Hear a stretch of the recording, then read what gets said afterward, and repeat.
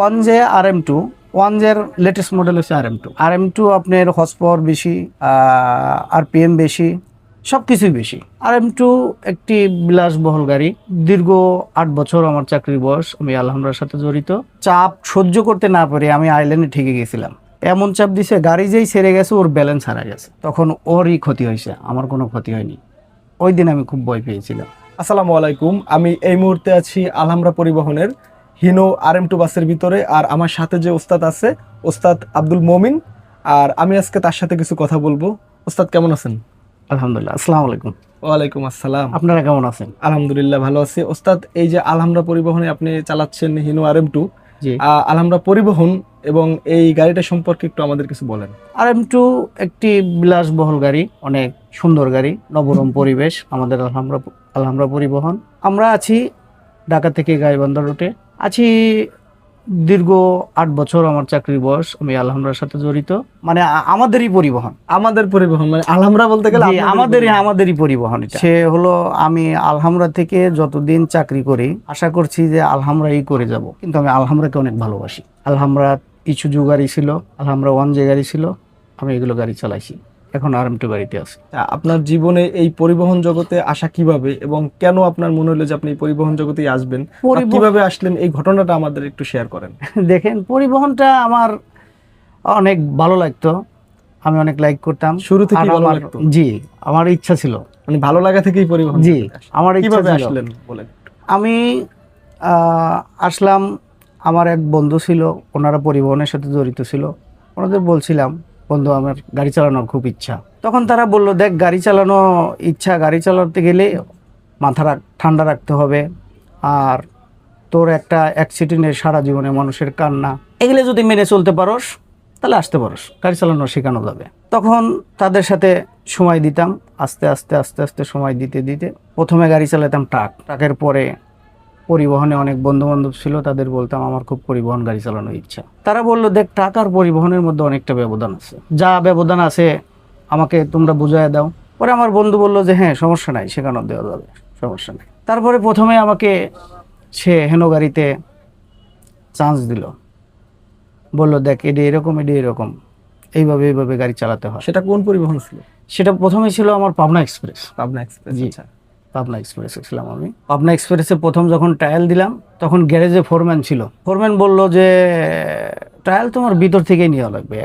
একটা ড্রাইভার যদি গাড়ি চালাতে পারে, আমরা স্টিয়ারিংয়ে বসলে বা একটু আকপিস করলে বুঝতে পারি সে ড্রাইভার। তখন আমি পরিবহন জগতে নতুন, তখন আমাকে বললো যে আচ্ছা তুমি ঠিক আছে, এইখান থেকে পাবনা এক্সপ্রেস বিশাল বড় একটা এরিয়া গ্যারেজ ছিল। তখন আমাকে বললো, তুমি এইখান থেকে গাড়িটা নিয়ে ওই পাশে লাগাই দিবা, গাড়িটা সাইড করে দিবা, এইটুকুই নিয়ে যাবা।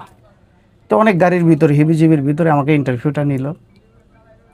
নেওয়ার পরে উনি ওখানে যখন যা গাড়ি দিয়ে সাইড করলাম, বললো যে হ্যাঁ ঠিক আছে, তুমি কাগজপত্র দিতে পারো। প্রথম দিনই আপনি পাশ করে গেলেন? জি, আমি ট্রায়ালে ওইভাবে, মানে রাস্তায় আমাকে ট্রায়াল নিল না, ওই গ্যারেজের ভিতরে, মানে আঁকা বাঁকা। মানে ট্র্যাক থেকে কি আইসেই প্রথম দিনে? হ্যাঁ হ্যাঁ হ্যাঁ হ্যাঁ, ট্রাক থেকে এসে আমি প্রথম দিনই নিয়েছিলাম। প্রথম দিনই আপনার হয়ে গেল? হ্যাঁ, আমার প্রথম দিনেই আল্লাহ দিলে। আপনার কোনো নার্ভাস ফিল হয় না? না না, নার্ভাস ফিল হয় না এই কারণেই, কারণ ট্রাক আর কোচ, ট্রাক চালানো বেশি কঠিন, কোচ চালানো সহজ। কোচ গাড়িটা হলো পাতলা গাড়ি, মানে গাড়ি হালকা গাড়ি, হালকা। আর ট্রাক হলো ভারী গাড়ি। তো গাড়ি যখন চালাইলাম তখন আমার কাছে মনে হলো যেন যে অনেকটা মানে ইজি। ইন্টারভিউ দিলাম, দেওয়ার পরে কাগজপত্র দিলাম, পাস। আমাকে প্রথমেই টিপ দিল পাবনা থেকে আপনার নারায়ণগঞ্জ, তারপর থেকে বাগা লালপুর, রাজশাহী বাগা লালপুর থেকে নারায়ণগঞ্জ নাইট ট্রিপ, এখানে চালাইলাম। দীর্ঘ 4 বছর গাড়ি চালাইলাম পাবনা এক্সপ্রেসে? জি, পাবনা এক্সপ্রেস 4 বছর গাড়ি চালাইলাম। প্রথমে হিনো কেওয়ানজে? হ্যাঁ, কেওয়ানজে। তারপরে আমি কিছুদিন যে কোনো কারণে আমার চাকরিটা ওখানে অব্যাহত ছিল। তারপর আমি নাইট স্টার, আমাদের পাবনা থেকে নাইট স্টার গাড়ি ছিল। নাইট স্টারের সে সময় খুব জনপ্রিয়তা, যে নাইট স্টার চালাবো। নাইট স্টার চালালাম, নাইট স্টার থেকে আমি আলহামরা আসছি বিগত এই যে 8 বছর। আল্লাহ দিলে আমি এখানেই আছি, খুব ভালো আছি। আলহামরা পরিবেশ, তারপরে আপনার নিয়ম কারণ সব কিছু, আমাদের মালিকদের সব কিছু ভালো। আলহামরা পরিবহনে এসে প্রথম কি হিনো কেওয়ানজে চালাইছেন নাকি? জি জি, না, হেনো ওয়ানজে। আচ্ছা, এই হিনো একে 1J আমার শুরু ছিল এর ভিতরে পার্থক্যটা যদি একটু। হেনো 1J RM2, 1J এর লেটেস্ট মডেল হচ্ছে RM2 আপনার হর্স পাওয়ার বেশি, RPM বেশি, সব কিছুই বেশি। এরকম কি হয়েছে যে এরকম একটা পরিস্থিতিতে আপনি পড়ছেন যে নিশ্চিত একটা দুর্ঘটনার মুখোমুখি ঘটবে, কিন্তু ওই মুহূর্তে আপনার একটা অভিজ্ঞতা দিয়ে আপনি সেখান থেকে আপনি গাড়িটাকে সেভ করে তুললেন? যেমন একবার অনেক রাত্রে আমি গাড়ি নিয়ে যাচ্ছি, যাওয়ার পরে পরিবহনটার নাম বলবো না, আচ্ছা, নাম খুব বলা পরিচিত, ঠিক আছে। হালকা বৃষ্টির পরে গাড়িটা আমি ওপারটিকে যাচ্ছি, ওপারটিকে যাওয়ার পরে ওই গাড়িটা আমাকে চাপ দিছিল। চাপ দেওয়ার পরে আমি চাপ সহ্য করতে না পারে আমি আইল্যান্ডে ঠেকে গেছিলাম। আইল্যান্ডেও ঠেকে আইল্যান্ড নিয়ে কাজ নিয়ে চলে যাচ্ছি, ওকেও চালিয়ে যাচ্ছি।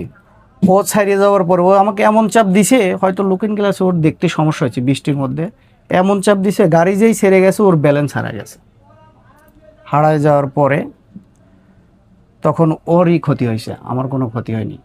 ওই দিন আমি খুব ভয় পেয়েছিলাম যে আজকে কিন্তু আল্লাহর রহমতে আপনার কোনো আল্লাহর সমস্যা রহমতে আমার কোনো সমস্যা হয়েছিল না, আলহামদুলিল্লাহ। মোটর ডিপার্টমেন্টে সর্বোচ্চ ভয় পেয়েছিলাম সেই দিন যে আজকে মনে হয় আমার একটা বড় ধরনের দুর্ঘটনা ঘটে গেল। সারা রাতে তো আপনি হাইওয়েতে থাকেন, তো হাইওয়েতে তো বিভিন্ন জায়গার ভিতর থেকে আপনাদেরকে যেতে হয়, সেক্ষেত্রে আপনারা কি রাতে কখনো ভৌতিক ঘটনার সম্মুখীন হয়েছেন কি? না, আমি কখনো এরকম কোনোদিন ভৌতিক ঘটনার মধ্যে ফেজ হয়নি।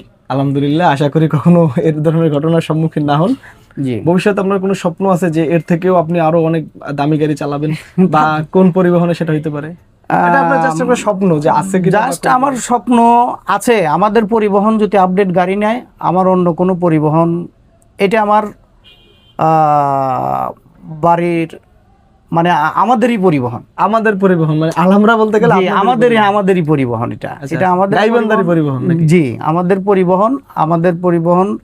সে হলো আমি আলহামরা থেকে যতদিন চাকরি করি আশা করছি যে আলহামরাই করে যাব। আল্লাহ যেন আমাদের মানে ওই রকম কোনো না হয়, মানুষের সাথে মালিকের সাথে বা কোনো ইসের সাথে যেন না হয়ে আমার চাকরি যেন না যায়। কিন্তু আমি আলহামরাকে অনেক ভালোবাসি।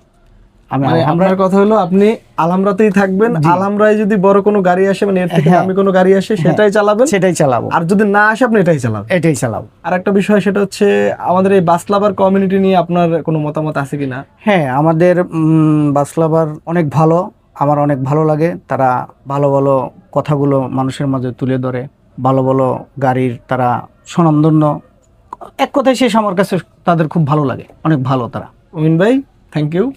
ইনশাল্লাহ কোনো একদিন আলহামরায় আপনার সাথে গাইবান্ধা রুটে ট্রাভেল করার চেষ্টা করব।